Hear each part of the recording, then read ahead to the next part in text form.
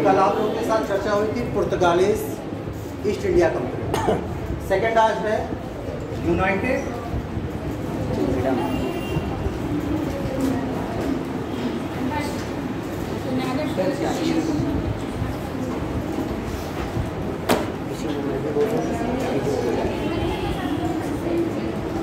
United Dutch east India company. ठीक, Dutch यानी आप इसे हॉलैंड कह सकते हैं, नीदरलैंड। ठीक है, डच ईस्ट इंडिया कंपनी। पुर्तगालीज का बताया था, यानी हॉलैंड और पुर्तगालीज दोनों एक दूसरे के पड़ोसी राष्ट्र। डच की स्थिति क्या है? डच राष्ट्र जो है वो हमेशा किसी ना किसी विदेशी शासक का गुलाम भी रहा। Yes sir. इसकी स्थिति ये रही कि 1648 के बाद इस पे स्पेन का शासन था। स्पेन, और स्पेन के शासन की वजह से यह प्रोग्रेस नहीं कर पाए, यानी इनके दिमाग में कभी ये चीज आया ही नहीं कि हमें कुछ करना भी है, क्योंकि शासक जो चाह रहा है वही काम होता है। इतिहास में जिसका शासन है उसकी पद्धतियां चलती हैं, यानी जनता की कोई पद्धति नहीं होती। तो डचेस का क्या था, चूंकि ये गुलाम थे, इस वजह से व्यापार के प्रति इनका कोई सोच था ही नहीं। 1580 ईस्वी 1580 ईस्वी में एक नवीन जागृति आई हॉलैंड में, यानी आज़ादी के लिए एक प्रवृत्ति उत्पन्न हुई कि हमें भी आज़ाद होना है। और 1581 ईस्वी में हॉलैंड स्पेन से आज़ाद हो। ठीक है,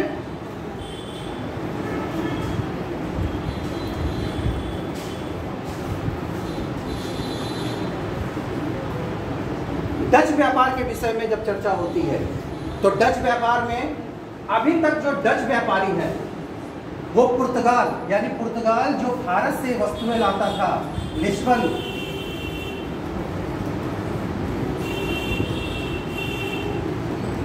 बंदरगाह पर, इन वस्तुओं को अन्य राष्ट्रों में जो पहुंचाते थे वो डच व्यापारी थे। यानी डच व्यापारियों का काम था कि पुर्तगालीज द्वारा लाए गए वस्तुओं को अन्य देशों में पहुंचाना, ये इनका ही काम था। ठीक है, परंतु 1581 में स्पेन ने लिस्बन बंदरगाह पर अधिकार कर लिया और उस बंदरगाह को बंद कर दिया, यानी जो व्यापार की प्रक्रिया चल रही थी वह अवरुद्ध हो गई। यानी जो डच व्यापारी पुर्तगालीज वस्तुओं का निर्यात अन्य राष्ट्रों में करते थे, अब वो चीज ब्लॉक हो गई। अब इनके लिए एक समस्या आ गई कि आगे क्या करना। समस्या ही समाधान लेकर आता है। इतिहास में कहा जाता है कि अगर समस्या नहीं आएगी तो समाधान भी नहीं आएगा। इन्होंने क्या किया कि इन्होंने अब पूर्व की ओर देखना शुरू किया, पूर्व की ओर देखना शुरू किया। और आपको पता है कि पूर्व में अभी भी पुर्तगाली वर्चस्व है, यानी भारत और आपका मलक्का का क्षेत्र, यहाँ पे पुर्तगाली वर्चस्व है। और इस वर्चस्व को बिना चुनौती दिए आप कामयाब नहीं हो सकते, यानी कहीं ना कहीं आपको पुर्तगाली वर्चस्व से टकराना पड़ेगा। डचों के दिमाग में ये बात है और कुछ पाना है बेटा। ये जो शब्द है इतिहास में ये बड़ा महत्वपूर्ण है, क्योंकि इसके बाद आप जब फ्रेंच और ब्रिटिश पढ़ेंगे तो वहां पे आप देखेंगे ये सबसे महत्वपूर्ण है, पाना। और इसी के साथ एक शब्द आता है, ये इतिहास में ये दोनों शब्द पूरक हैं।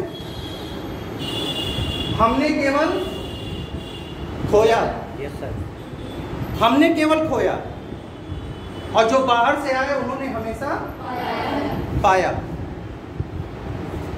अब डचों के सामने एक समस्या है कि व्यापार तो बंद हो गया, लिस्बन बंदरगाह बंद हो गया तो व्यापार बंद हो गया। उनको जो वस्तुएं मिलती थी अन्य देशों में भेजने के लिए, उस पर भी रोक लग गया। अब वो क्या करें? इस समस्या का समाधान यही हो सकता था कि कहीं अन्य क्षेत्र से हम व्यापार शुरू करते, हम स्वयं शुरू करें। अब हमें किसी की सहायता की जरूरत नहीं, अब स्वयं करना पड़ेगा। ठीक है।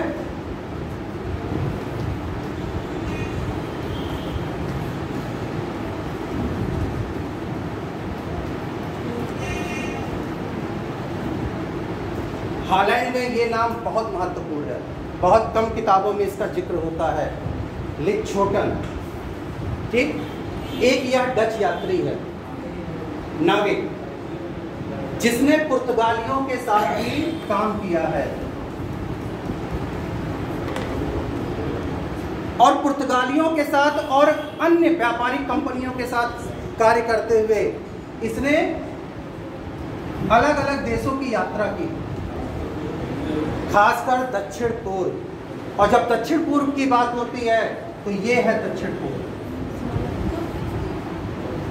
यानी भारत से भी आगे इंडोनेशिया, मलेशिया, ठीक है, आपका बर्मा पड़ जाएगा इधर, ठीक है, यानी आपका ये देखिए जापान, यानी ये पूरा का पूरा क्षेत्र दक्षिण पूर्व, यानी भारत के दक्षिण में जो जो क्षेत्र है उनकी बात हो रही है।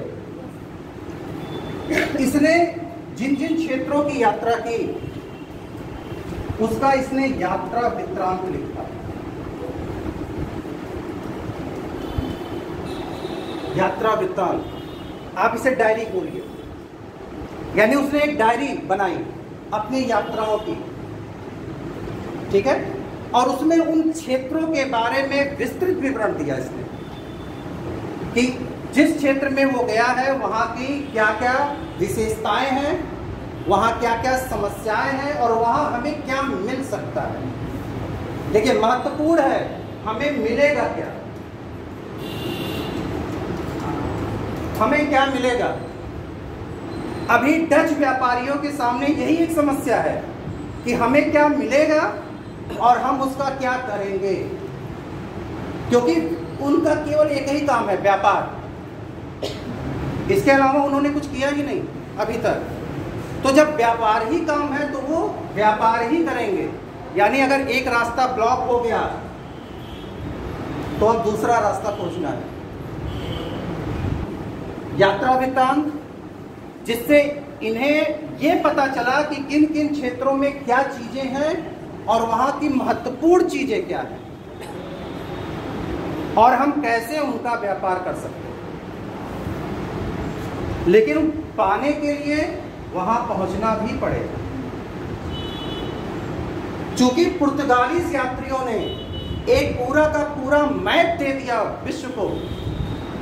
पुर्तगालिस जब आए दक्षिण पूर्व में तो उन्होंने जो मानचित्र बनाया वो मानचित्र पूरे विश्व को मिल गया है, केवल पुर्तगाल में नहीं है।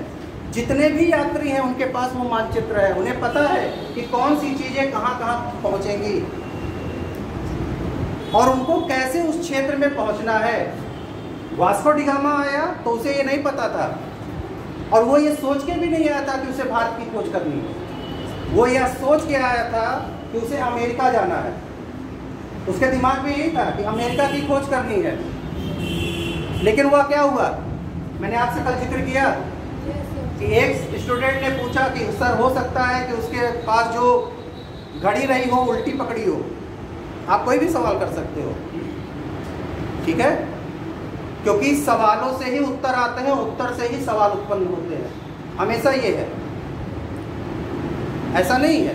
कुछ ना कुछ उसकी गणना में गड़बड़ हुई, उसने जो गणना की थी पूरे इस परिक्षेत्र की, उसमें कुछ ना कुछ गड़बड़ हुई, जिसकी वजह से वह अमेरिका जाने की बजाय भारत के यानी हिंद महासागर के परिक्षेत्र में पहुंच गया।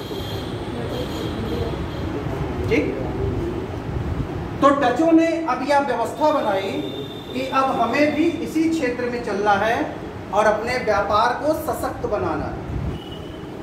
लेकिन मुख्य मुद्दा यह है क्योंकि उन्हें पता है कि इस क्षेत्र में पहले से ही पुर्तगालीज मौजूद हैं और वो ये भी जानते हैं कि जब तक इनका समापन नहीं होगा हम आगे बढ़ ही नहीं सकते। ठीक है ना? आपने ये भी देखा कि गोवा पे पूरा अधिकार हो गया पुर्तगालीज का, दमन, दीव, मुंबई, वर्तमान में उस समय बंबई। ठीक है, यानी ये जो क्षेत्र हैं मलक्का, श्रीलंका, जकार्ता, ये जो क्षेत्र है दक्षिण पूर्व और भारत के जो मालाबार के क्षेत्र है, इन पर पुर्तगालियों का वर्चस्व है। ठीक, ज़ेमोरिन जिसने पुर्तगालियों को व्यापार करने की अनुमति दी, 1580-81 आते आते वह भी इनसे दुखी हो गया। कारण पुर्तगालीज व्यापार कर रहे हैं और व्यापार के बदले आपने देखा कि वास्को डिगामा ने कितना आय व्यय निकाल के 60 गुना कमाई की। ठीक है, 60 गुना। तो ज़ेमोरिन को ये लगने लगा कि वस्तु हमारी, इसको ले जाके बेच रहा है कोई और मुनाफा वो कमा रहा है, तो इस पे भी नियंत्रण होना चाहिए, क्योंकि व्यापारिक हित तो मैंने दिया ना आपको, और मैं चाहता हूं कि मुझे भी उसमें से कुछ लाभ मिले। अनायास तो मैंने आपको दिया नहीं, कुछ ना कुछ तो लाभ आप मुझे देंगे। लेकिन जब पुर्तगालियों का वर्चस्व बढ़ गया, सैन्य क्षमता बढ़ गई, तो उन्होंने क्या किया? ज़ेमोरिन को किनारे कर दिया। अब जरूरत ही नहीं है। अब क्या जरूरत है आपकी? जब हमने सारी व्यवस्था बना ली तो अब आपकी कोई जरूरत नहीं। तो ज़ेमोरिन भी इससे चिढ़ा हुआ है, क्योंकि वह उन क्षेत्रों को पाना चाहता है जिस पे पुर्तगालीज आके बैठ गए थे और वो हटना ही नहीं चाह रहे थे। डचों की समस्या है कि अगर आगे बढ़ना है तो अपने पैरों पर खड़ा होना होगा। अपने पैरों पर खड़ा होने का मतलब है कि पूर्वी एशिया से पुर्तगाली व्यापार के वर्चस्व को समाप्त करना हो। पैरों पे खड़ा होने का मतलब यही है। और जब तक आप इसके वर्चस्व को समाप्त नहीं करेंगे आप टिक ही नहीं सकते। और इसके वर्चस्व को समाप्त करने के लिए आपको इससे 3 गुना 4 गुना मेहनत करनी पड़ेगी, क्योंकि ये पहले से वहां है। इनको सब पता है इस क्षेत्र के बारे में, इस क्षेत्र के बारे में इनको सब पता है, क्योंकि ये कई वर्षों से यहाँ पे हैं, व्यापार कर रहे हैं। इन्हें पता है कहाँ से कौन चीजें कैसे होंगी। डच को जानना है, लेकिन इसमें मदद लिच्छोटन की यात्रा वृत्तांत ने किया, क्योंकि इसने सब कुछ बताया उसमें कि पुर्तगालियों का व्यापारिक एकाधिकार कहां कहां किस क्षेत्र में है और हम किस तरीके से अपने व्यापारिक एकाधिकार को प्राप्त कर सकते हैं। ये स्थितियां हुई।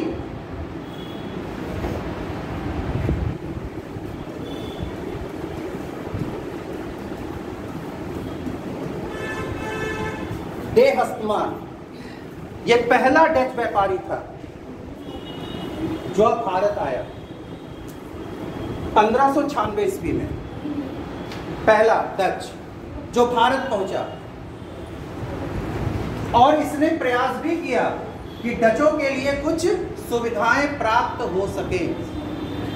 क्षेत्र वही है जहां पुर्तगालीज पहुंचे हैं, क्षेत्र वही है, कोचिन।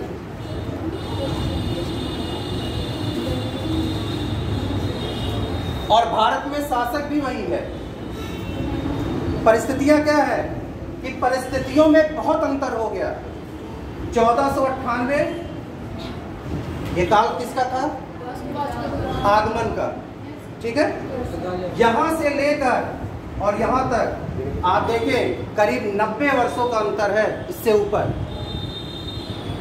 यानी इतने वर्षों में पुर्तगाली सत्ता कितनी मजबूत हो गई होगी भारत में, इसकी कल्पना आप कर सकते हैं। और इतने वर्षों बाद एक ऐसा व्यापारिक दल भारत की ओर आ रहा है जिसके पास शक्ति सामर्थ्य पुर्तगालियों से कम है, लेकिन एक जज्बा है कि कुछ पाना है।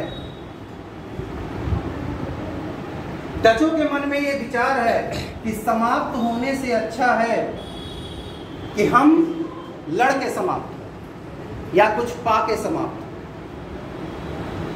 या तो हम समाप्त हो जाएंगे या तो फिर वो सब कुछ पा लेंगे जो अभी पुर्तगालियों के पास है।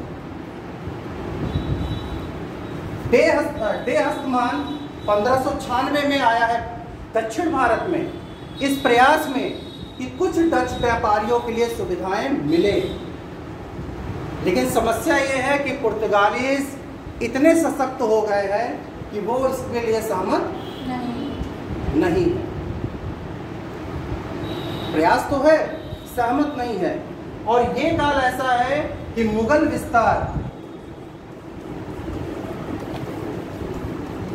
विस्तार दक्षिण भारत के पूर्व तक नहीं है। इतिहास में औरंगजेब एक शासक ऐसा हुआ जिसने पूरे भारतवर्ष पे मुगल साम्राज्य का विस्तार किया, यानी दक्षिण भारत पर भी, यानी मलिक काफूर का अभियान।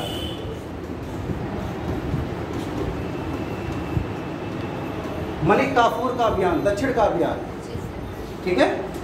यानी आप जब फ्रेंच पढ़ेंगे, फ्रांसीसी और ब्रिटिश, तब आप देखेंगे कि वो दक्षिण भारत नहीं आए, वो यहां नहीं आए।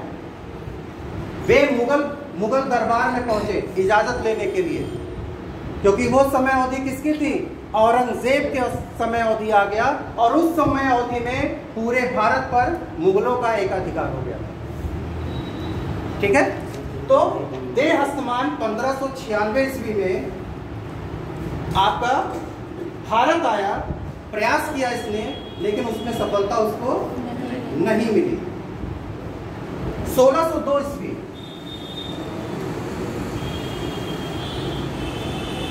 डच, चूंकि गणतांत्रिक क्षेत्र है, यहां पे कोई शासक नहीं है, ठीक, एक गणतांत्रिक प्रशासन है यहां पे।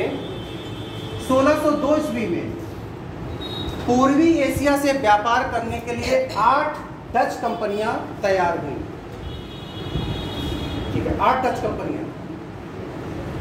लेकिन समस्या वही है जो पुर्तगालियों के साथ, कि अगर 8 को भेज दिया जाए तो समस्या यह है किस क्षेत्र में कौन व्यापार करेगा, ये तो संभव है ही नहीं। तो क्या किया गया? इन 8 को मिलाते हुए United Dutch east India company की स्थापना की। इन 8 कंपनियों को मिलाकर एक कर दिया गया और नाम दिया गया United Dutch east India company, ठीक है। और जिसको अधिकार दिया गया कि वह पूर्वी एशिया के क्षेत्रों में पूर्णतया, यानी संधि करनी है, युद्ध करना है, यानी जो भी उनको दुर्ग की स्थापना करनी है, इस सब एक अधिकार दे दिया गया कि ये आप करोगे, इसमें किसी का कोई हस्तक्षेप नहीं। किसी से संधि करनी हो, किसी से युद्ध लड़ना हो, दुर्ग की स्थापना करना हो, इसके लिए आपको पूछना नहीं है, आप इसके लिए अधिकृत है, ठीक है। 1604 ईस्वी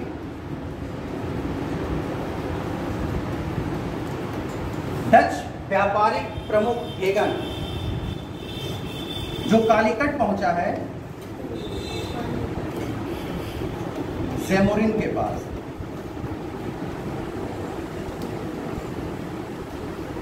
यानी ये पहला दल है जो कालीकट पहुंचा है राजा ज़ेमुरिन के पास, इस उद्देश्य से कि उसे, यानी डच कंपनी को भारत में व्यापार करने की अनुमति प्रदान की जाए, ठीक है। परिस्थितियां बदल गई हैं। अभी तक आपने देखा कि ज़ेमुरिन ने कोई आश्वासन नहीं दिया कि आप यहां व्यापार करिए, इस दबाव में कि पुर्तगालीज उसका विरोध करेंगे, ठीक है। लेकिन हेगन जब पहुंचा है 1604 ईस्वी में, तो ज़ेमुरिन ने इजाजत दे दी, ठीक है। अब उसका माइंडसेट देखिए जैमोरिन का। जैमोरिन ने यह विचार किया कि अगर एक प्रतिद्वंदी और आ जाएगा तो उसकी स्थिति में वृद्धि हो जाएगी। विचार को समझिएगा। आप जैमोरिन की जगह खड़े होकर देखिए कि उसने क्या माइंडसेट किया। माइंडसेट उसने ये किया कि अगर हमने डचों को भी इजाजत दे दी तो जो पुर्तगालीज अभी मुझे पूछ ही नहीं रहे हैं कि आप हो कौन, अब वो मुझे पूछने लगेंगे।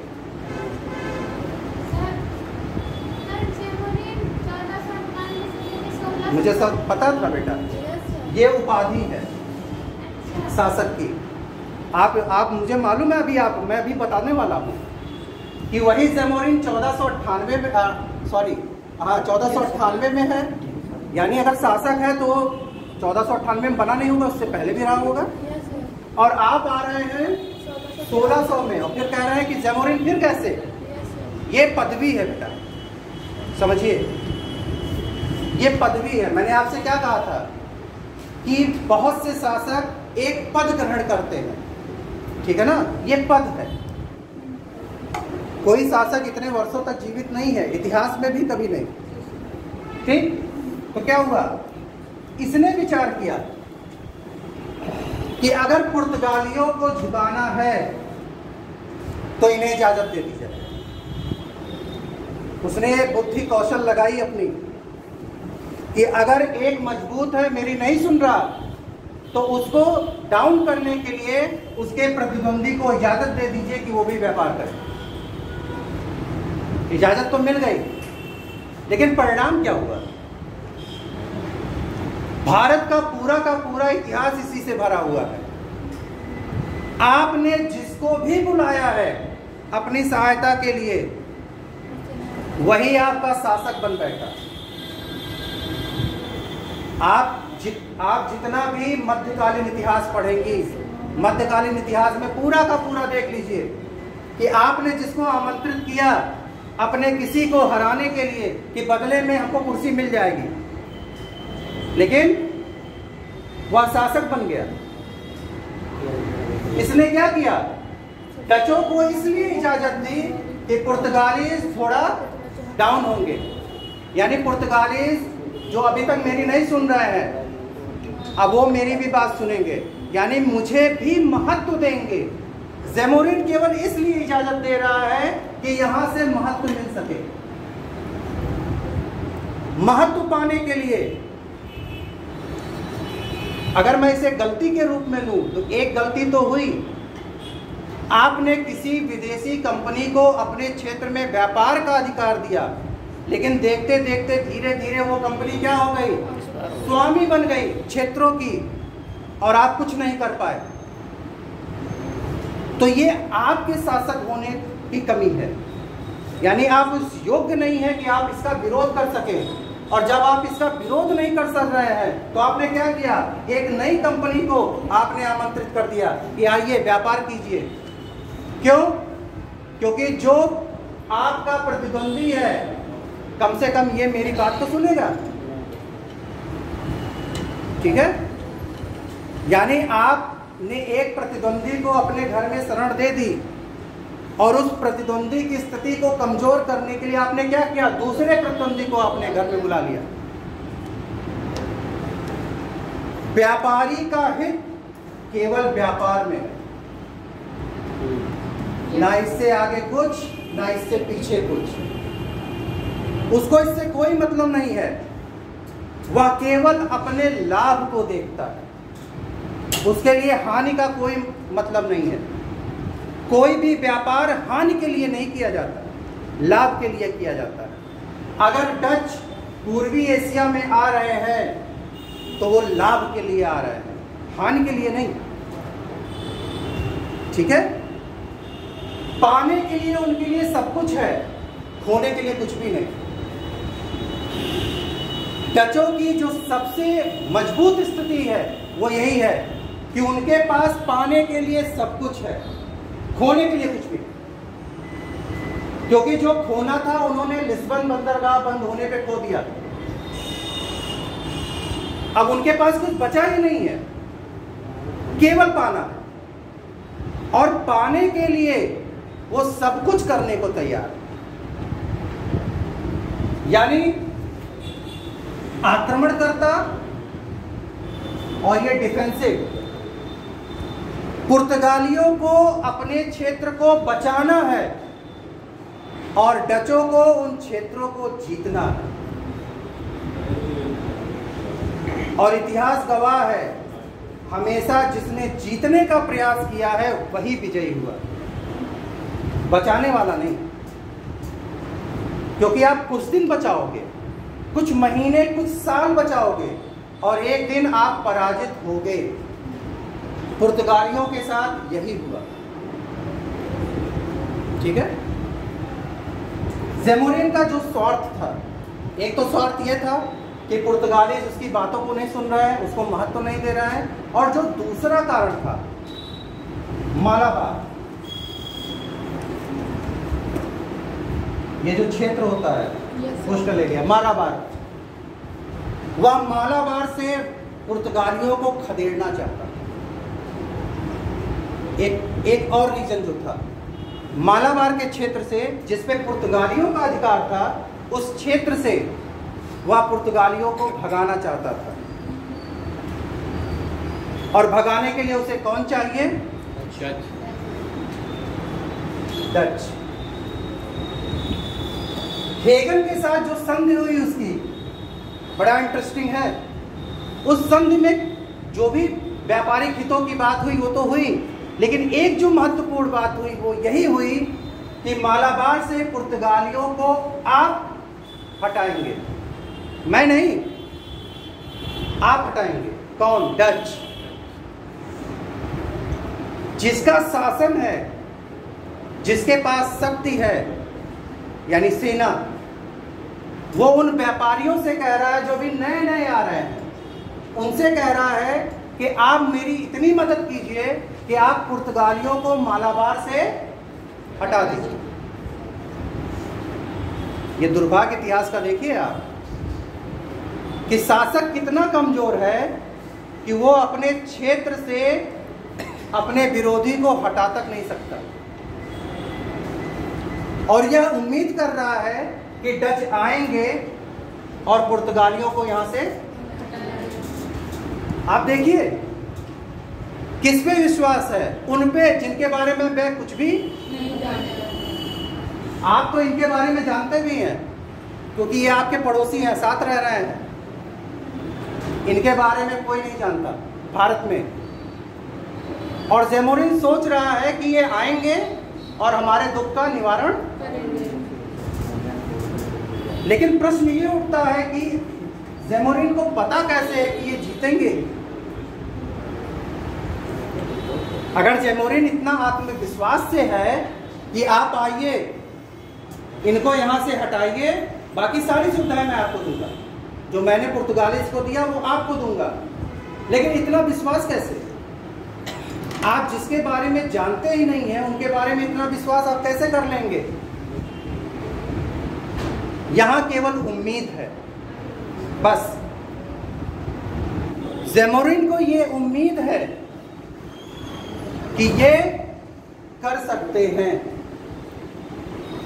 इतिहास में उसने ये जुआ खेला है। डच अगर सफल नहीं हुए तो परिस्थितियां सोचिए, परिस्थितियां क्या होंगी। डच अगर सफल हो गए तो क्या होगा ये भी नहीं पता, और अगर डच पराजित हो गए तो डचों का क्या होगा ये तो पता है, लेकिन भारतीय उस क्षेत्र के शासन तंत्र का क्या होगा कोई नहीं जानता। तो ज़ेमुरिन ने इतिहास में एक जुआ खेला है डचों के साथ संधि करके कि डच उसे वो दिलाएंगे जो वो पा ना सका स्वयं द्वारा। तो स्थितियां क्या है? डचों को उसने दे दिया कि ठीक है आप आए व्यापार, और मैंने आपसे क्या कहा कि मसाले और ये ऐसा नहीं है कि केवल भारत में ही है। आप दक्षिण पूर्व यानी आप मलेशिया, इंडोनेशिया, मलाया, जो भी है, सुमात्रा, जो भी क्षेत्र आप जाइए, ये पूरा का पूरा क्षेत्र मसालों का क्षेत्र है।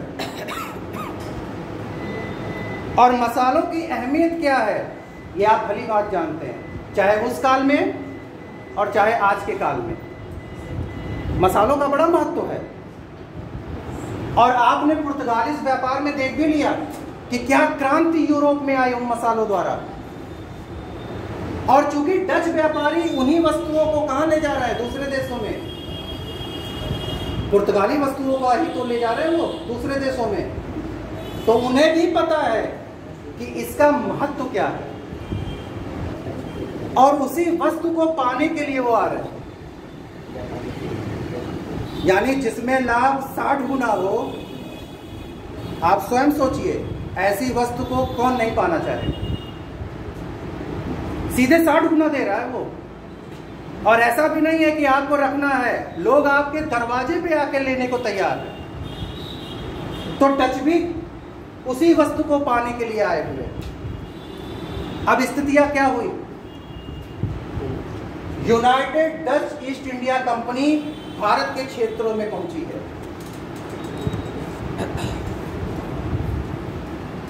मसौलीपट्टम, मसौलीपट्टम 1905, ठीक है। ये पहला कारखाना खुला है डचों का, पहला कारखाना। और ये भी जानिए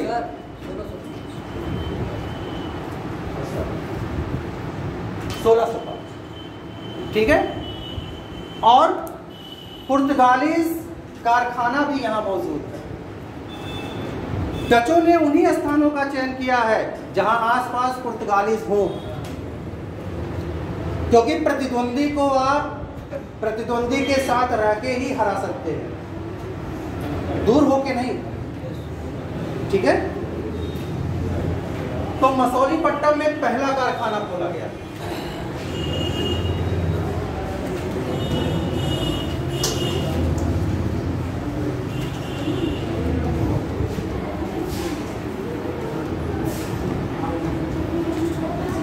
(1606) में पुलकिट में एक कारखाना खोला गया जो दक्षिण भारत में United Dutch east India company का केंद्र था। ये दो क्षेत्र,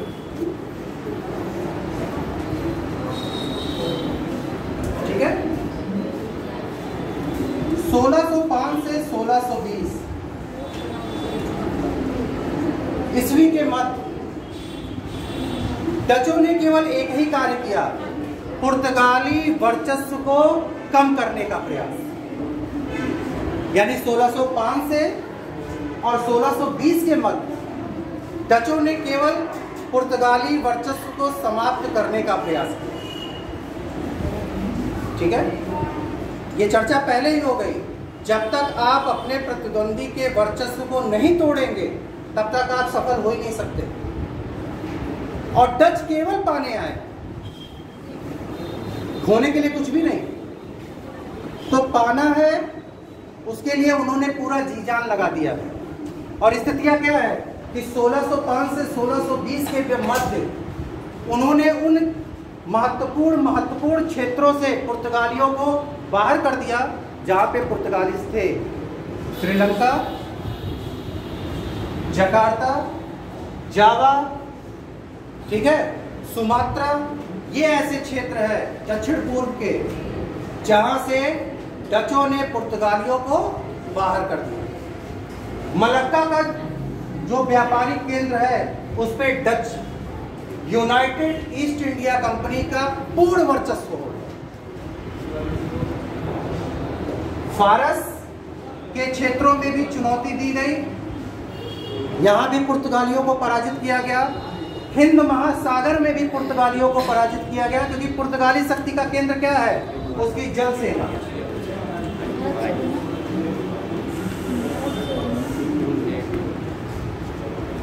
ठीक है। और आपने पुर्तगालीज में पढ़ा था कि अगर जल पे, ब्लू वाटर ने, कि अगर आप जल पे मजबूत हैं तो आपको कोई चुनौती, जो विचार पुर्तगालियों ने ये लाया था, ब्लू वाटर नीति, उसी विचार को अपनाते हुए डचों ने उसी समुद्र में पुर्तगालियों को पराजित किया। क्योंकि पुर्तगाली वर्चस्व समुद्र पे है और समुद्र में ही उनके वर्चस्व को समाप्त किया जाए, क्योंकि व्यापार यहीं से होना है।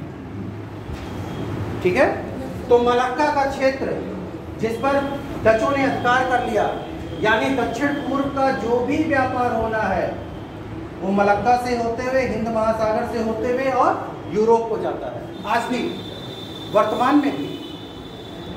तो स्थितियां क्या हुई? अब ये ब्लॉक हो गया। जैसे पुर्तगालियों ने ब्लॉक किया था, वैसे अब डचों का नियंत्रण हो गया और बिना डचों की अनुमति के यहां से कोई भी व्यापारिक गतिविधि नहीं कर सकता। ठीक है, और कहाँ देखिए, सूरत में डच कारखाना खोला गया। ये 1605 से 1620 के बीच की स्थिति बता रहा हूं मैं। सूरत में, नागापट्टनम,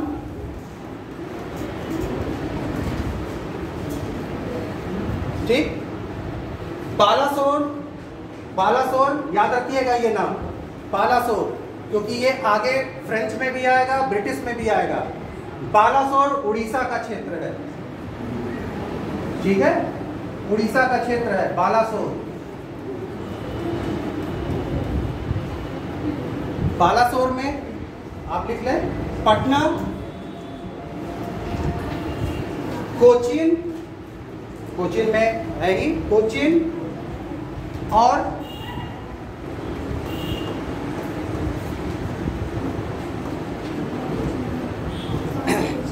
कासिम बाजार। आगे आने वाले टॉपिकों में ये बहुत महत्वपूर्ण है। कासिम बाजार उस काल में कलकत्ता का क्षेत्र, वर्तमान में बांग्लादेश। ठीक है, ये आप जिस काल का बात कर रही हैं उसमें भारत विभाजित नहीं हुआ है, ये उस समय की बात है, यानी बंगाल। कासिम बाजार का जिक्र आएगा जब आप प्लासी युद्ध पढ़ेंगे। ठीक है, प्लासी और बक्सर यानी महत्वपूर्ण का प्लासी युद्ध में कासिम बाजार, यानी इन क्षेत्रों में डचों ने क्या किया? अपने कारखानों की स्थापना की। ठीक है, ये काल ऐसा है कि भारत में अंग्रेज भी अग्रसित है अपने व्यापार को बढ़ाने के लिए। भारत में यूरोपियों का आगमन, ये टॉपिक ऐसा है कि इसमें सब कुछ जुड़ा है। आप पुर्तगालीज पढ़ रहे हैं, आप डच पढ़ रहे हैं, लेकिन आप ब्रिटिश भी पढ़ेंगे इसी में, क्योंकि वो भी हैं इस क्षेत्र में। ठीक है ना, अंग्रेज, अभी फ्रांसीसी नहीं, क्योंकि फ्रांसीसी 1664, अब इसके बाद उसी की चर्चा कर रहा है। तो स्थितियां क्या हुई कि विभिन्न क्षेत्रों में डचों ने क्या किया? अपने कारखानों की स्थापना कर दी। फारस के क्षेत्र में भी उन्होंने अपने वर्चस्व को बढ़ाया, ठीक, हिंद महासागर में अपने वर्चस्व को बढ़ाया और मलक्का के क्षेत्र में भी अपनी स्थिति को मजबूत कर दिया। इतना सब कुछ उन्होंने कर लिया और इसमें उनका सहयोग अंग्रेजों ने भी किया। अब देखिए ब्रिटिश आ गए इसमें, ब्रिटिश, क्योंकि ब्रिटिश का काल बहुत लंबा है, इसलिए पूरा का पूरा एक दिन इस पे लगेगा। अंग्रेजों ने भी डचों का सहयोग किया पुर्तगालियों को इस क्षेत्र से हटाने के लिए। डचों का समर्थन, एक ऐसा प्रतिद्वंदी और आ गया जो इसी व्यापार पर एकाधिकार चाहता है और वह अपने विरोधी का सहयोग कर रहा है कि वह पुर्तगालियों को इस क्षेत्र से हटा दे। ज़ेमोरिन ने किया, वो समझ में आ रहा है, लेकिन अंग्रेजों ने भी यही किया। ऐसा क्यों? अपना आधिपत्य जमाने की। अंग्रेजों ने ये किया, ऐसा क्यों? क्योंकि डचों की सेना मजबूत थी, वो वही स्थिति है, क्योंकि पुर्तगाली गढ़ है ये, पुर्तगालियों का वर्चस्व है और अंग्रेज चाह रहे हैं कि डच इस वर्चस्व को समाप्त कर दे। ठीक है, और जरूरत पड़ने पर पीछे से हम डचों के वर्चस्व को समाप्त कर देंगे। विचार देखिए, अंग्रेजों के मन में यह पूर्णतया विचार फिक्स है कि एक समर्थन कर रहे हैं, तुम इसे समाप्त कर दो, मैं तुम्हारा सहयोग कर रहा हूं। इस नीति को याद रखिएगा, अंग्रेजों ने पूरे भारत के अपने शासनकाल में यही नीति अपनाई। Yes sir. कि मैं तुम्हारा समर्थन कर रहा हूं, तुम इसे और पीछे तो मैं खड़ा हूं आपको समाप्त करने के लिए। बहुत अच्छी नीति थी अंग्रेजों की, क्योंकि कमजोरी तो पता चल गई ना उन्हें। जब आप प्लासी का युद्ध पढ़ेंगे, प्लासी का युद्ध पढ़ेंगे, तो प्लासी के युद्ध ने अंग्रेजों को पूर्णतया ये बता दिया कि अब हम सब कुछ पा सकते हैं, सब कुछ जो भी चाहे पा सकते हैं। प्लासी का युद्ध जब आएगा तो उसमें चर्चा होगी उसकी, लेकिन एक विचार आ गया, यहां दक्षिण भारत में शासकों की कमजोरी पता चल गई। उस कमजोरी का लाभ कैसे उठाया जाए, ये पुर्तगालियों ने भी बताया, डचों ने भी बताया, और इस व्यापक क्षेत्र पर डचों ने अपना वर्चस्व बना लिया। यानी पुर्तगालियों की स्थिति कहां तक रह गई? गोवा, दमन द्वीप और बंबई, इन्हीं क्षेत्रों तक सीमित हो गई उनकी स्थिति। कुछ पाना है, जो चर्चा शुरू में आया है, और कुछ नहीं खोना है। यानी पुर्तगालियों के मन में ये विचार इतना गूढ़ नहीं था कि कुछ नहीं खोना है। यानी डचों के मन में जो ये विचार था कि सब कुछ पाना है, ये प्रभावी हो गया पुर्तगाली विचार पे, और उन्होंने दक्षिण पूर्व यानी भारत के दक्षिण और दक्षिण पूर्व के पूरे व्यापार पर एकाधिकार कर लिया।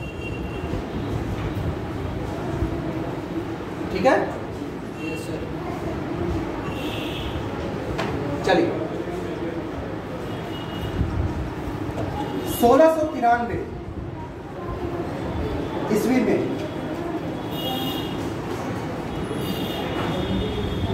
पांडिचेरी, 1693 ईस्वी पांडिचेरी पर डचों ने अधिकार कर लिया। यह एक फ्रांसीसी बस्ती थी।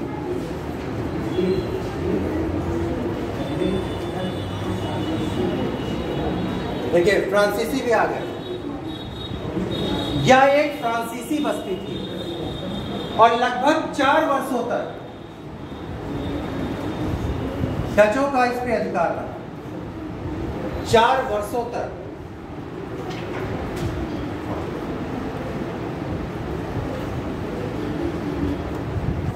ठीक है, अब ये काल ऐसा है 1693, आ जाइए डचों के 1759 का काल। ठीक है, डचों ने अपना पूरा वर्चस्व बढ़ाया। अंग्रेजों ने उनकी सहायता भी की पुर्तगालियों की समाप्ति के लिए। परिस्थितियां क्या हुई कि जिन अंग्रेजों ने इन्हें आगे किया, अब वही इनके विरोधी हुए, क्योंकि जो व्यापार भारत का है या दक्षिण पूर्व का, उस पर अंग्रेज भी एकाधिकार चाह रहे हैं। तो 1759 में बेदरा के युद्ध में अंग्रेजों ने डचों को पराजित कर दिया।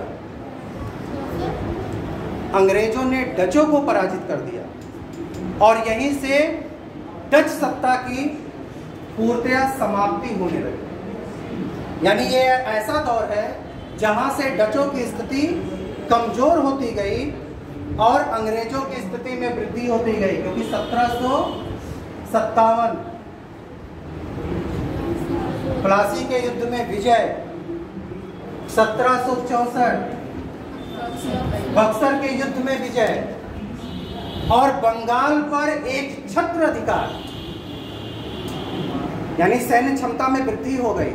और 1759 के काल में डचों का पतन सुनिश्चित हो गया।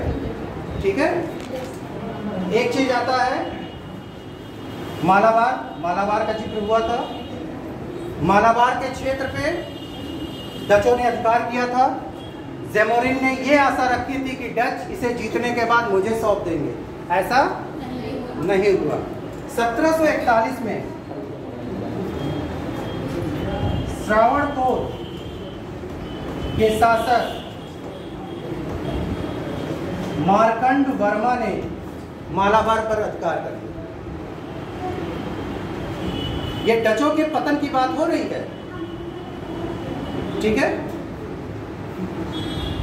चलिए ये सारी चीजें कैसे हटेंगी? क्लीन। चलिए, पतन, डचों का पतन, आखिर वो कौन से कारण थे जिनकी वजह से डचों का पतन हो गया? ठीक है, पहली चीज,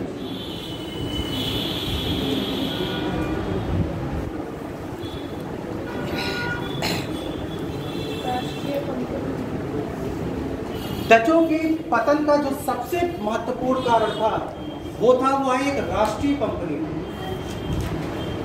ठीक है, राष्ट्रीय कंपनी यानी जिस पर राष्ट्र का एकाधिकार हो, वहां के प्रशासन का एकाधिकार हो, यानी आप बिना उस प्रशासन से पूछे कोई चीजें ना कर सकें। इसमें स्थिति क्या होती है? आप निर्णय नहीं ले पाते।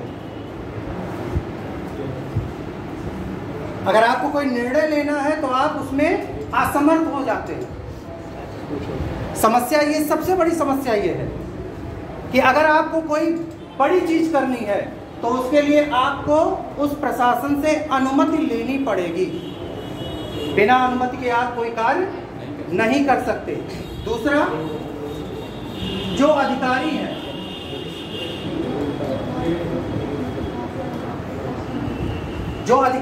डच, वो क्या करने लगे? निजी व्यापार, यानी डच अधिकारी कंपनी व्यापार से ज्यादा अपने निजी व्यापार को प्रोत्साहन देने लगे। ऐसा क्यों? क्योंकि सबसे बड़ी समस्या थी वेतन। डच अधिकारियों और कर्मचारियों का वेतन बहुत सीमित था। ठीक है, उनका वेतन बहुत सीमित था और उस सीमित वेतन पे वो जो बहुत दूरी पे आए हुए हैं, यानी उनके मन में ये विचार था कि हम इतने दूर आए हैं और हमें मिल कुछ भी नहीं रहा। तो परिस्थितियां क्या हुई? उन्होंने अपना निजी व्यापार शुरू कर दिया। और समस्या क्या हुई कि निजी व्यापार करने की वजह से उन्होंने कंपनी के व्यापार पर ध्यान नहीं दिया। मुझे कितना लाभ हो, मुझे कितना धन मिल जाए, इस पे फोकस ज्यादा हो गया। कंपनी के व्यापार पे फोकस सीमित हो गया। ठीक है, ये दूसरा कारण था उनके पतन का। तीसरा, भारत की अपेक्षा दक्षिण पूर्व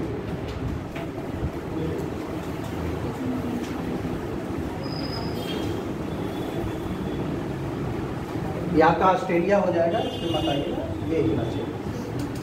भारत की अपेक्षा दक्षिण पूर्व के क्षेत्र पर ज्यादा फोकस करना। ठीक है, पुर्तगालीज बहुत लंबे काल से भारत पे व्यापार कर रहे हैं। ठीक है ना, इन क्षेत्रों में व्यापार कर रहे हैं, लेकिन इन क्षेत्रों से ज्यादा दोहन नहीं हो सका है अभी तक। यानी जो चीजें पानी है वो उतनी नहीं पाई गई है जितना भारतीय क्षेत्र से। तो इन्होंने क्या किया? इन्होंने दक्षिण पूर्व क्षेत्र में अपना फोकस कर दिया। कि उन वस्तुओं को यानी नवीन वस्तुओं को पाया जाए। आप अगर मसालों की ही बात करते हैं तो भारतीय क्षेत्र के जो मसाले हैं और दक्षिण पूर्व यानी आप श्रीलंका चले जाइए, मलेशिया, इंडोनेशिया, यहाँ के जो मसाले हैं उनमें बड़ा अंतर है। इसको एक मत रखिए, हर क्षेत्र के मसालों में कुछ ना कुछ आपको भिन्नता मिलेगी, ठीक है ना। और व्यापार में क्या है कि व्यक्ति को कुछ नया चाहिए। आप भारतीय मसालों को ले गए हैं, लेकिन अगर दक्षिण पूर्व के मसाले उन्हें बेहतर लगे तो उनका डिमांड क्या हो गई कि अब यही मसाले हमको चाहिए, ठीक है ना। यानी डच जो चीजें यहाँ दक्षिण पूर्व से ले गए हैं उनकी डिमांड क्या हो गई, यूरोप में बढ़ने लगी, अन्य देशों में बढ़ने लगी। तो उन्होंने क्या किया, इस क्षेत्र को छोड़कर यहाँ पे अपना फोकस कर लिया, ठीक है। अन्य चीज क्या हुई, यूरोप में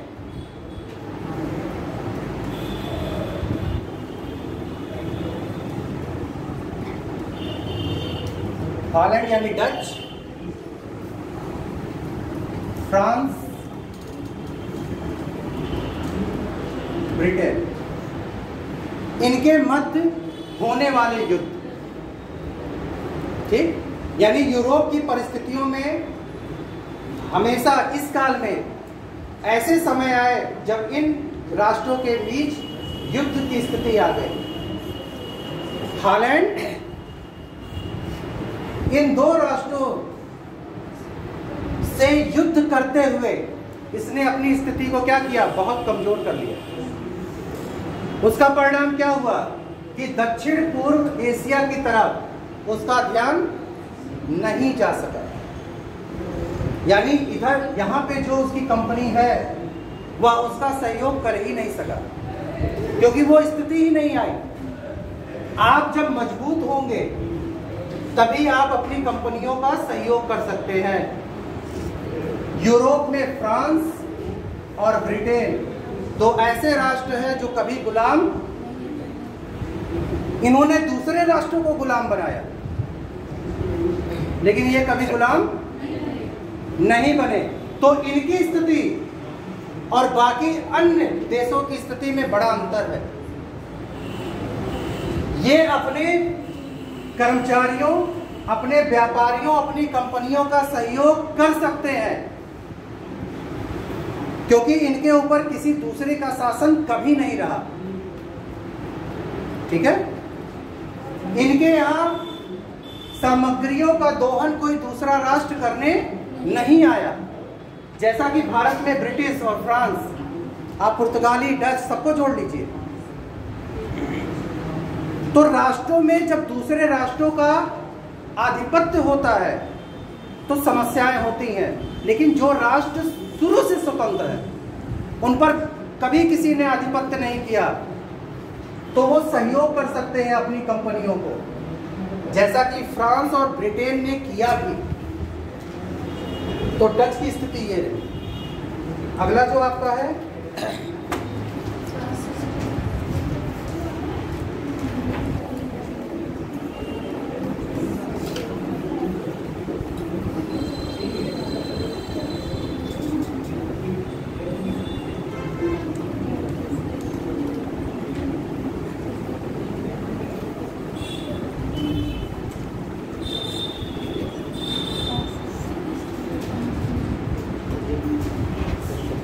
फ्रांसीसी ईस्ट इंडिया कंपनी, ठीक है।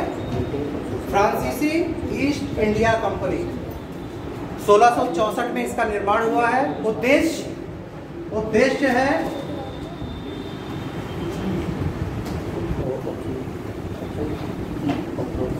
डच ईस्ट इंडिया कंपनी को चुनौती देना। डच ईस्ट इंडिया कंपनी को चुनौती देना, जो समस्या है सर, अगर ऐसा क्वेश्चन उठ जाए कि भारत में ईस्ट इंडिया कंपनी की स्थापना किसने की, तो ऑप्शन में इनका नाम दे दे और फिर उपरोक्त सभी कर दे। देखिए, पहली बात तो ये है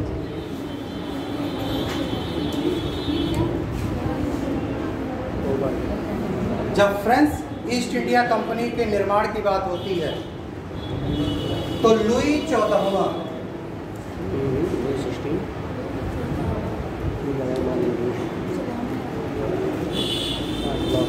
लुई द 14 लुई 14वां जो फ्रांस का शासक है, उसका मंत्री कोलबर्ट, इसे लुई 14वें ने राजाज्ञा प्रदान की थी। राजाज्ञा मतलब आप जब फ्रेंच हिस्ट्री पढ़ते हैं और इसका शासनकाल पढ़ते हैं तो वहां पे जो सबसे महत्वपूर्ण व्यक्ति है वो कोलबर्ट है। ठीक है, और इसे राजाज्ञा प्राप्त है किस चीज के लिए? क्योंकि कोलबर्ट ने यह प्रयास किया है कि फ्रांस को भी एक कंपनी का निर्माण करना चाहिए जो ईस्ट इंडिया यानी पूर्वी भारत की तरफ व्यापार कर सके। हमें भी जरूरत है। देखिए, यहां केवल विस्तार की बात हो रही है, अभी केवल व्यापार की बात हो रही है। आप जब तक 1742 के काल में आएंगे भारत में,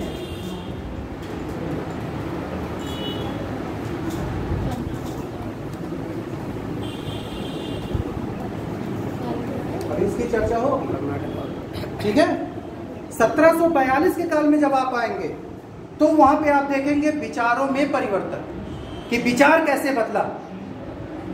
ठीक, कोलबर्ट लुई 14वें ने राजाज्ञा दी है कोलबर्ट को, किसके लिए? कि वह एक फ्रांसीसी कंपनी की स्थापना करे जो दक्षिण पूर्वी एशिया में डच ईस्ट इंडिया कंपनी को चुनौती दे सके। अभी अंग्रेजों की बात नहीं हो रही है, और ऐसा नहीं है कि अंग्रेज नहीं है, अभी भी इस क्षेत्र में जब तक ये बात हो रही है, इस काल में डच यहाँ पे महत्वपूर्ण है। अब पुर्तगालियों का भी कोई जिक्र नहीं हो रहा, यानी वहां कहा गया कि किसे चुनौती देना है? United Dutch east India company को चुनौती देने के लिए एक कंपनी का निर्माण हो। ठीक, यानी इस क्षेत्र में फ्रांस का भी प्रतिनिधित्व कोई कर सके। तो कोलबर्ट ने क्या किया? 3 कंपनियां, इन्हें मर्ज कर दिया और फ्रांसीसी ईस्ट इंडिया कंपनी की स्थापना की, जिसका प्रमुख फेस था। ठीक है, जिसका प्रमुख फेस था, और बहुत से जगहों में D5, आप ये रखिए, बहुत से जगहों में D5 कहा गया है। ठीक है, आप D5 रखिए क्योंकि आपको मैक्सिमम किताबों में यही मिलेगा। ठीक, कंपनी का निर्माण हो गया है, और इस चीज को याद रखिएगा क्योंकि यह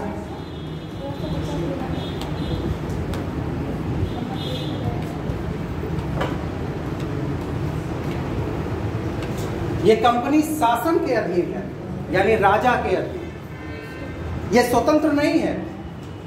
जैसे डच कंपनी शासन के अधीन थी, वैसे ही फ्रांसीसी ईस्ट इंडिया कंपनी ये भी शासन यानी राजा के अधीन थी, और इन्हें राजाज्ञा का पालन करना अनिवार्य है। आपको समझिएगा, जब आप ईस्ट इंडिया कंपनी की बात करती है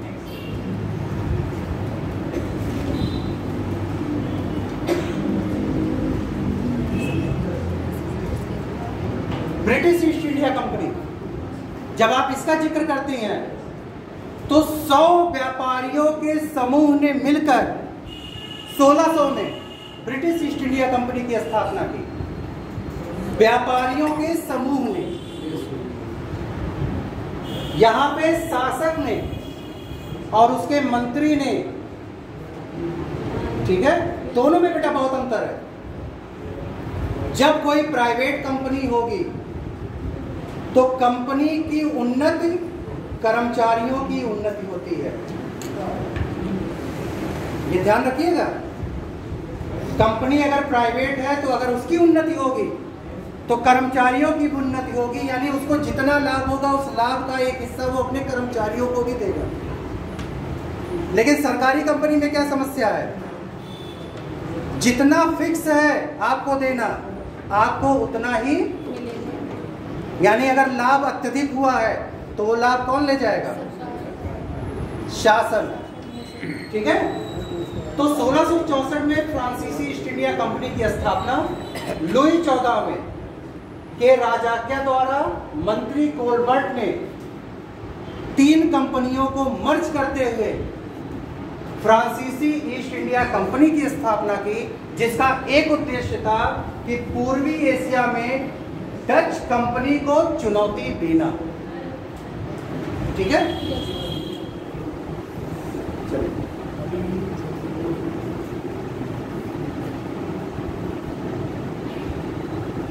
अब एक चीज और इसमें देखिएगा, फ्रांसीसी इस रास्ते नहीं आए। ठीक है। ये दक्षिण भारत भी नहीं पहुंचे हैं। 1666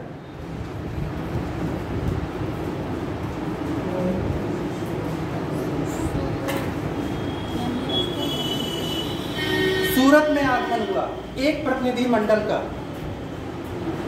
और सूरत के शासक से यानी गुजरात के शासक से यह निवेदन किया गया कि सूरत में उन्हें फैक्ट्री खोलने की इजाजत दी जाए। ठीक है। इससे पहले ये भी बता दूं, इससे पहले ब्रिटिश भारत आ चुके हैं और उनका प्रभुत्व भी है, क्योंकि मैंने आपसे कहा ना कि ब्रिटेन का बहुत लंबा है, तो डिवाइडेशन में नहीं चलेगा। कल इस पे चर्चा होगी।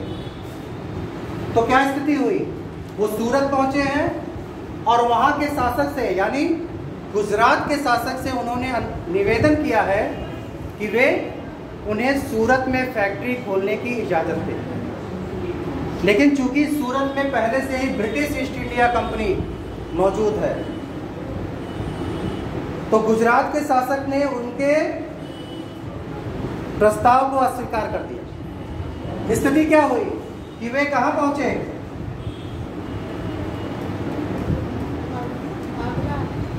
वो आगरा पहुंचे। मुगल बादशाह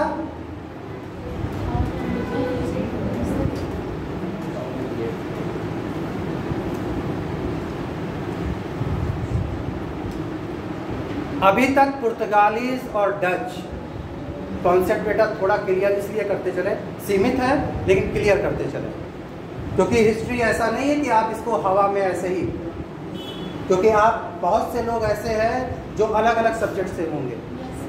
ठीक है। बहुत से लोग हैं जो साइंस साइड के होंगे। ठीक।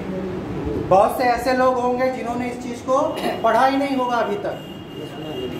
तो समस्या ये है आपके लिए कि अगर आप इसे ऐसे में ही लेंगे लहरों जैसे, तो उसी लहरों में आप समा जाएंगे। इतिहास की सबसे बड़ी समस्या ये है कि ना ये जीने देता है और ना, ये आप जाने रहिएगा, समुद्र की लहरें कब बड़ी हो जाए और कब छोटी हो जाए आप नहीं जानते। यानी अगर आप समुद्र में जहाज चला रहे हैं तो आप किस पे निर्भर हैं, लहरों पे। ठीक है। उसी प्रकार इतिहास में भी इतिहास की लहरों पर आप निर्भर हैं। और एक कॉन्सेप्ट है कि लोगों के दिमाग में ये चीज है कि सबसे अगर विषय के बारे में पूछा जाता है बहुत चुनौतीपूर्ण कठिन विषय कौन है, तो लोग कहते हैं इतिहास। अनायास ही आप लोग कहते हो इतिहास। इतिहास पढ़ने के लिए इतिहास को जीना पड़ेगा।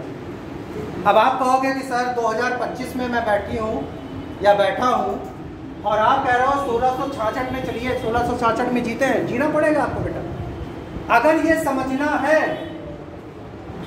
तो फ्रांसीसी ईस्ट इंडिया कंपनी के जो प्रतिनिधि हैं उनकी बाह को पकड़ ले और चले सूरत और आगरा। आपको चलना पड़ेगा। अगर आप उनके साथ नहीं चले तो आप नहीं समझ सकते।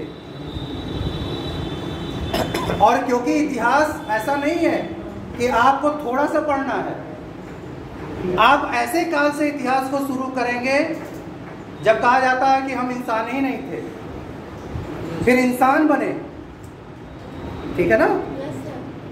लेकिन आप पढ़ते कहां से है? पूरा पाषाण काल, जब हमारे पास केवल पत्थर थे और कुछ भी नहीं, ठीक ना, औजार के रूप में पत्थर थे और उसमें प्रश्नवाचक चिन्ह है। ज्ञान कहां से आया? ऐसे ही आ गया करते करते, ठीक है ना। अगर हम मनुष्य बने, जो भी लोग थॉट देते हैं कि हम जानवर से इंसान बन गए, जानवर से थोड़ी ना बने बेटा। वो एक प्रजाति थी मनुष्यों की जो जानवरों जैसी दिखती थी, ठीक है ना। उनके हाव भाव जानवरों जैसे थे तो कह दिया कि हम जानवर हैं। वो अलग चीजें हैं। आप बंदरों की संतानें हैं। बहुत से लोग बताते हैं बंदरों की संतानें, नहीं, आप उनके हाव भाव को देखिए, वो कहां से बंदर लगते हैं? कहीं से तो उनके पूंछ तो थी नहीं, या बंदरों जैसा चेहरा। एक आकृति ऐसी उनकी थी जो बंदरों जैसी, उनसे मेल खाती थी, इसीलिए कहा दिया गया बंदरों जैसे, ठीक है ना। लेकिन अगर हम बंदरों जैसे थे तो बंदर तो इंसान नहीं बन पाए, हम कैसे बन गए? अगर उसी प्रश्न को आप उठाएं तो हम कैसे बन गए? यानी हम उनसे अलग थे। तो आप उस कालखंड से चलिए, पूरा पाषाण काल से आते हुए सिंधु घाटी सभ्यता से होते हुए मौर्य, गुप्त वंश, सातवाहन, ठीक है, आप जितने भी साम्राज्य है, आप राजपूताना आएंगे, राजपूताना के बाद इस्लाम का प्रभाव, ठीक, इस्लाम के बाद आप आइए सल्तनत काल, मुगल काल, मुगल काल के बाद आप आ जाइए मराठा काल, ब्रिटिश, जो आप पढ़ रहे हैं यहाँ पे पहुंच जाइए। यानी आपको कितना लंबा सफर तय करना पड़ेगा। और अगर आप ये सोचते हैं कि 4 महीने 1 साल में सब कुछ हम तय कर लेंगे, ये बड़ा मुश्किल है, क्योंकि ऐसी ऐसी चीजें हैं जो आप नई बार सुनोगे, नई चीजें, और आप फिर सोचोगे कि ये चीज कैसे हो गई। फ्रांसीसी यहां से दक्षिण भारत नहीं आए, देखिए नया हुआ। पुर्तगालीज दक्षिण भारत आए, डच भी दक्षिण भारत आए, लेकिन फ्रांसीसी कहां गए? क्या इनको नहीं पता था ये मैप? ऐसा क्या कारण हुआ कि ये सूरत चले गए? क्योंकि यूरोप में, याद रखिएगा, यूरोप में ब्रिटेन और फ्रांस ये सबसे बड़े प्रतिद्वंदी है, जिसे आप शब्द कहते हैं दुश्मन, सबसे बड़े प्रतिद्वंदी, ठीक है। तो स्थितियां क्या है बेटा? सूरत, सूरत में अनुमति नहीं मिली तो कहां पहुंच गए? आगरा। किसके पास? औरंगजेब के पास। और औरंगजेब को उन्होंने क्या दिया? लुई 14वें का पत्र, जो लुई 14वें ने मुगल बादशाह को भेजा है अपनी तरफ से, ठीक है। कोई राष्ट्राध्यक्ष किसी दूसरे राष्ट्राध्यक्ष से कुछ बातें कहता हो तो अगला राष्ट्राध्यक्ष उसकी बातों को महत्व देता है। Yes sir. क्योंकि शासक ने शासक को पत्र लिखा है और कुछ मांगने के लिए। महत्वपूर्ण चीज ये है बेटा कि फ्रांस का शासक, और फ्रांस यूरोप का सबसे शक्तिशाली राष्ट्र है, ब्रिटेन और फ्रांस दो। और फ्रांस के शासक ने मुझसे कुछ मांगा है। औरंगजेब के लिए प्रशंसा का विषय यही है कि फ्रांस के शासक ने मुझे पत्र लिख के क्या मांगा है कि सूरत में एक फैक्ट्री खुलवा दीजिए। यही तो मांगा। औरंगजेब के लिए ये तो बड़े सम्मान की बात है कि यूरोप का एक शासक मुझसे कुछ मांग रहा है, क्या कि एक फैक्ट्री खोलने के लिए जगह दीजिए। औरंगजेब ने आदेश दे दिया। सही दिखते हैं। ठीक है, औरंगजेब ने आदेश दे दिया सूरत में फ्रांसीसियों की फैक्ट्री खुल गई। लेकिन प्रश्न अभी भी वहीं का वहीं है कि ये दक्षिण भारत क्यों नहीं है।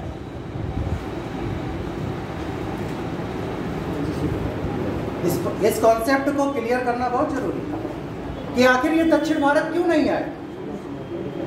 इनसे पहले सभी दक्षिण भारत आए, ये मुगल दरबार में ही क्यों पहुंचे।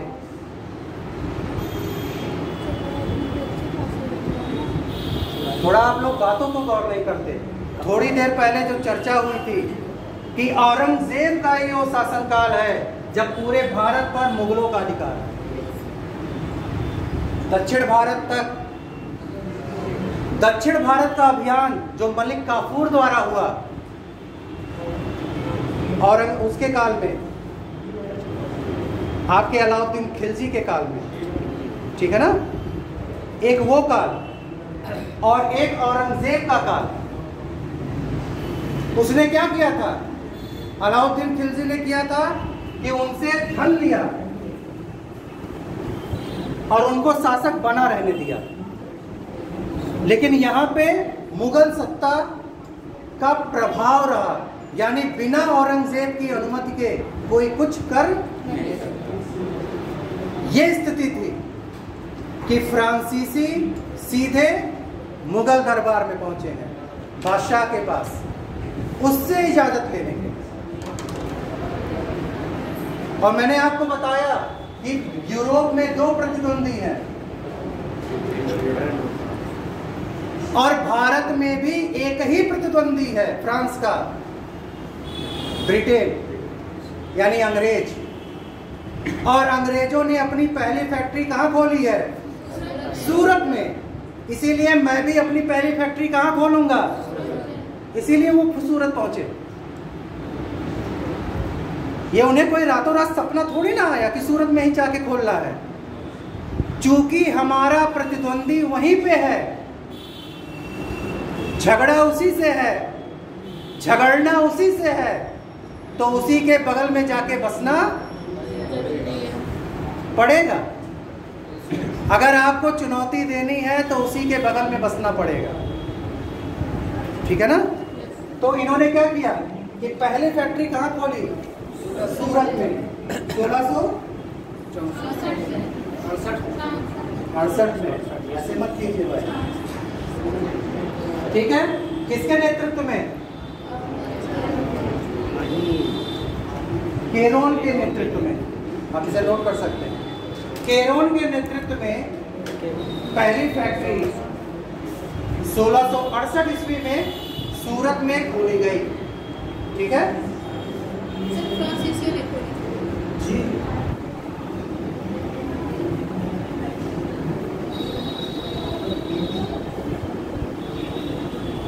1669 में मसौली पट्टम, ये कई नाम है, मुसलीपट्टम, मसौलीपट्टम, कई नामों से बोला जाता है। इतिहास में जिन लोगों ने इतिहास को लिखा वो अलग अलग नामों से इसकी व्याख्या करते हैं, ठीक है। मसौलीपट्टम 1669 में मसौलीपट्टम में भी एक कारखाना खोला गया, ठीक। मसौलीपट्टम और सूरत, इन दोनों क्षेत्रों का गवर्नर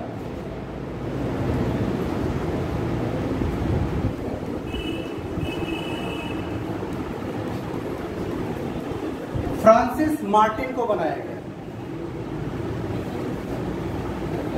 ठीक है।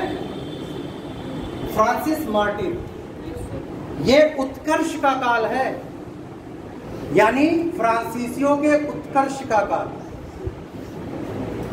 फ्रांसिस मार्टिन ने 1673 ईस्वी में तंजौर के शासक से मद्रास से 15 मील दक्षिण एक क्षेत्र पाया मद्रास से 15 मील दक्षिण एक क्षेत्र पाया। किससे? तंजौर के शासक से। और 1773 ईस्वी में वहां उसने पांडिचेरी की नींव रखी। अभी डचों में पांडिचेरी आया था, 1793 में डचों ने पांडिचेरी पर अधिकार कर लिया था, ठीक है ना। तो 1673 में क्या हुआ? ऑन करिए, नहीं आएगा? सर वो बोर्ड में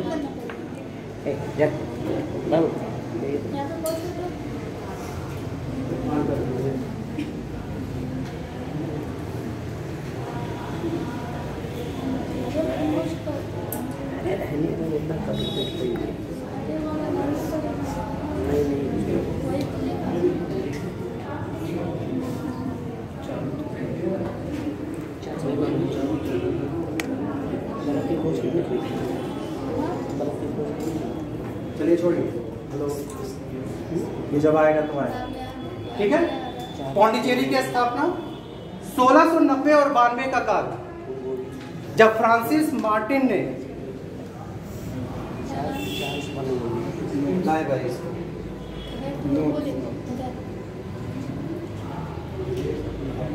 करिए इसको भैया वो ऊपर नोट्स दिया है सर, इसको क्लोज कीजिए, क्लोज यहाँ से क्लोज कीजिए। 1690-92 का काल, ठीक। फ्रांसिस मार्टिन ने शाइस्ता खां, ये बंगाल का गवर्नर है, बंगाल गवर्नर से बंगाल में एक स्थान की प्राप्ति की और वहां चंद्रनगर बस्ती की स्थापना की। प्लासी के युद्ध में ये आएगा, ये चंद्रनगर की बस्ती, ठीक है।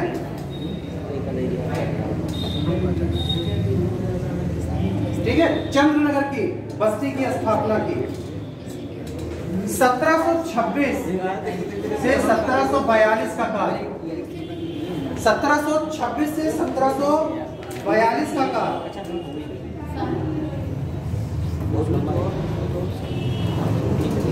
नीलायर और ड्यूमा, ये दो गवर्नरों का काल है जो फ्रांसीसी बस्तियों के गवर्नर हैं।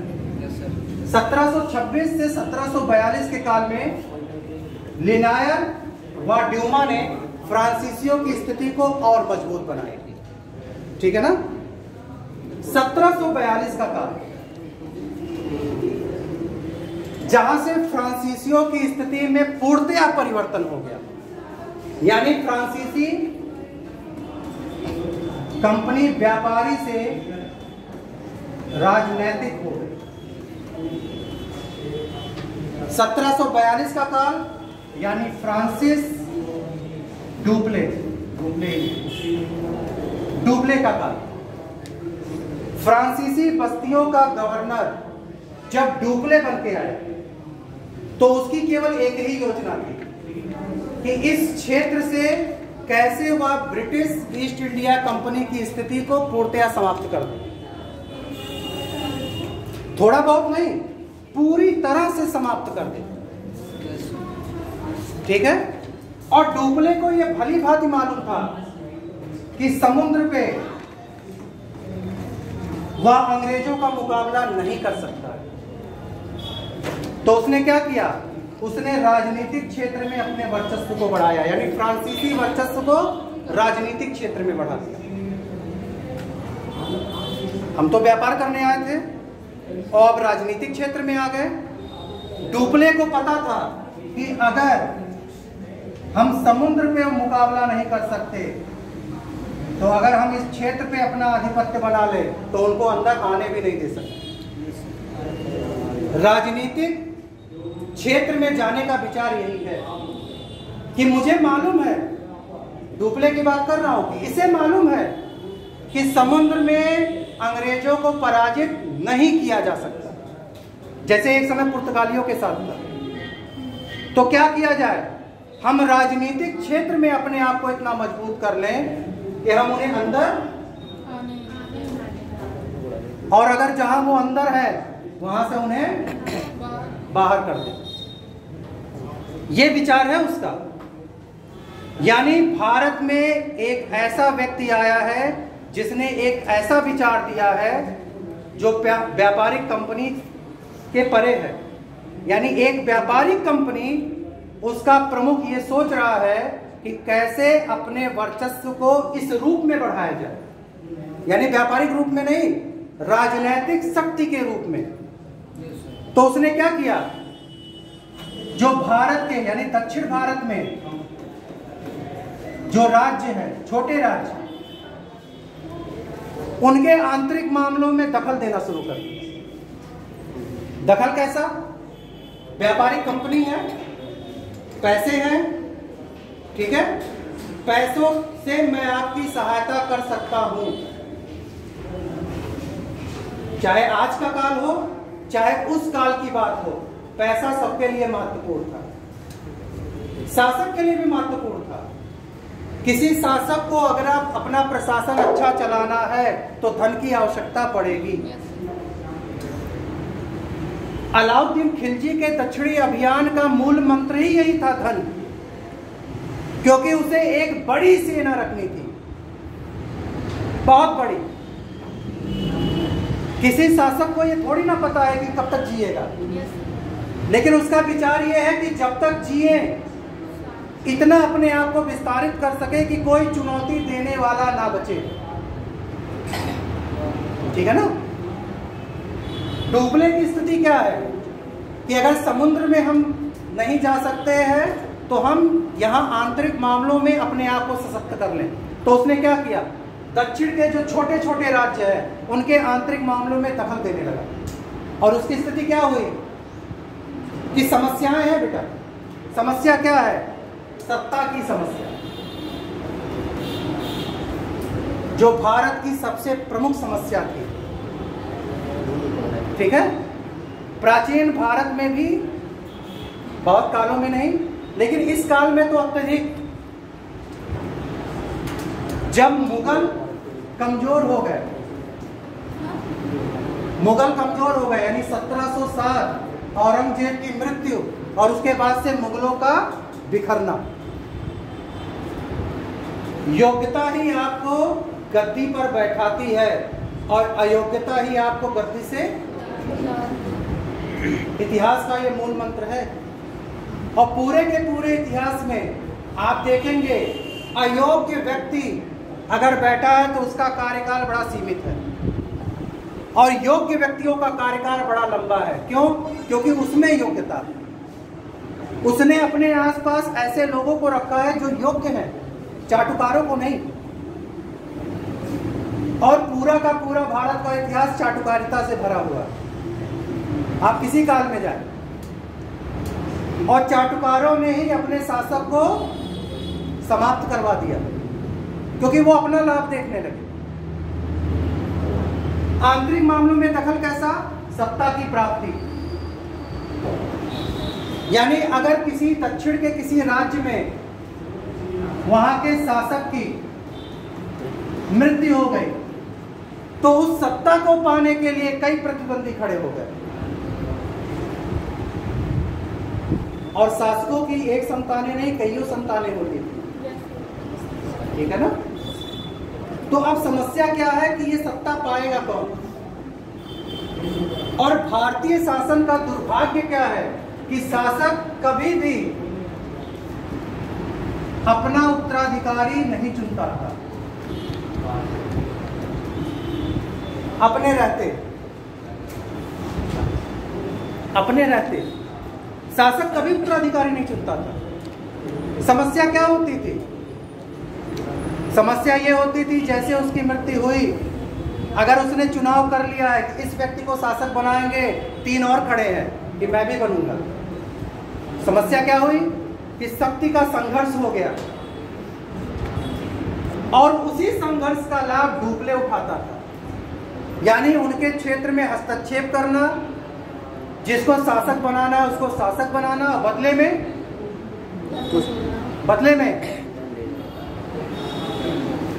जो महत्वपूर्ण है बेटा, भूमि का उस क्षेत्र में एक निश्चित स्थान की प्राप्ति करना, क्योंकि याद रखिएगा समुद्र में ब्रिटिश से वो कमजोर है, इसीलिए उनको इस आंतरिक क्षेत्र में अपनी सत्ता बनानी है।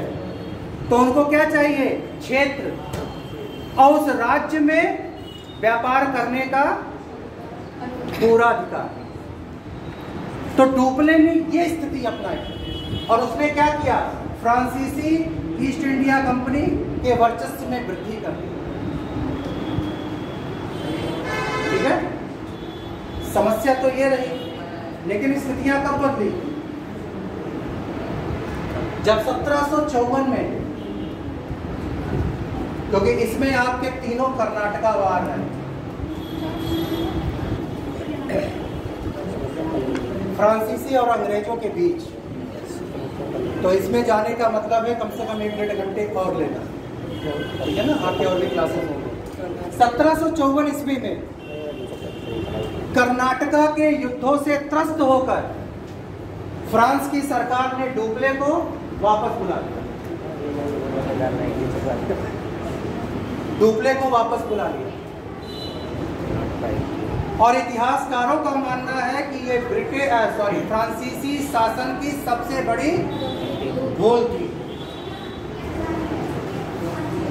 फ्रांसीसी सत्ता को बनाने में डुप्ले जितना लगा हुआ था, उसी दौरान उसे वापस बुला लेना ये सबसे बड़ी भूल थी।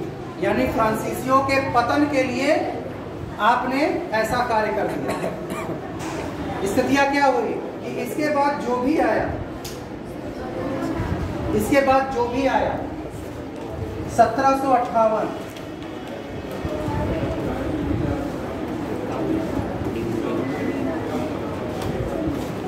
डुप्ले के स्थान में काउंट डिलाली फ्रांसीसी बस्तियों का गवर्नर बन के आए। ठीक है, और ये काल कौन सा था? कर्नाटका युद्ध का काल, जो अंग्रेज और फ्रांसीसी एक दूसरे से युद्ध में थे। ठीक है ना? ये जो काल है, इस काल के दौरान काउंट डिलाली कर्नाटका यानी उस क्षेत्र में पहुंचा है जहां युद्ध की गतिविधियां चल रही हैं। इसने प्रयास भी किया है, लेकिन समस्या एक ये है कि यूरोप में जब तक दोनों देशों के बीच युद्ध होता था, तब तक भारत के इस क्षेत्र में, भारत में नहीं विश्व के हर क्षेत्र में जहां ये दो कंपनियां थी, दोनों के बीच युद्ध लड़ा जाता था। और जब यूरोप में शांति हो जाती थी, संधि, तो यहां भी हो जाती। डुप्ले इसी का विरोधी था। डुप्ले का ये मानना था कि ये क्षेत्र अलग है, वो अलग है, लेकिन समस्या यह थी कि चूंकि शासक का आदेश है, आपको मानना पड़ेगा। 1773 पेरिस की संधि,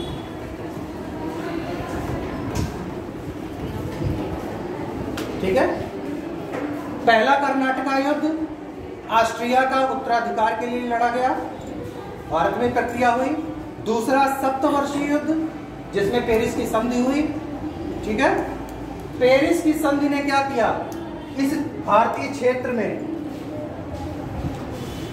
दोनों देशों को संधि करने के लिए बाध्य कर दिया, यानी फ्रांसीसियों को और अंग्रेजों को। लेकिन ये जो संधि हुई, इस संधि ने भारत में फ्रांसीसियों के वर्चस्व को समाप्त कर दिया, ठीक है ना, यानी वर्चस्व को समाप्त कर दिया। अब वो स्थिति फ्रांसीसियों की नहीं रह गई कि वो अंग्रेजों को पूर्णतया चुनौती दे सके। कर्नाटका का थर्ड वार जो हुआ, इस युद्ध ने पूर्णतया फ्रांसीसियों की राजनीतिक स्थिति को भारत में समाप्त कर दिया, ठीक है ना। आगे बढ़ा जाए, बस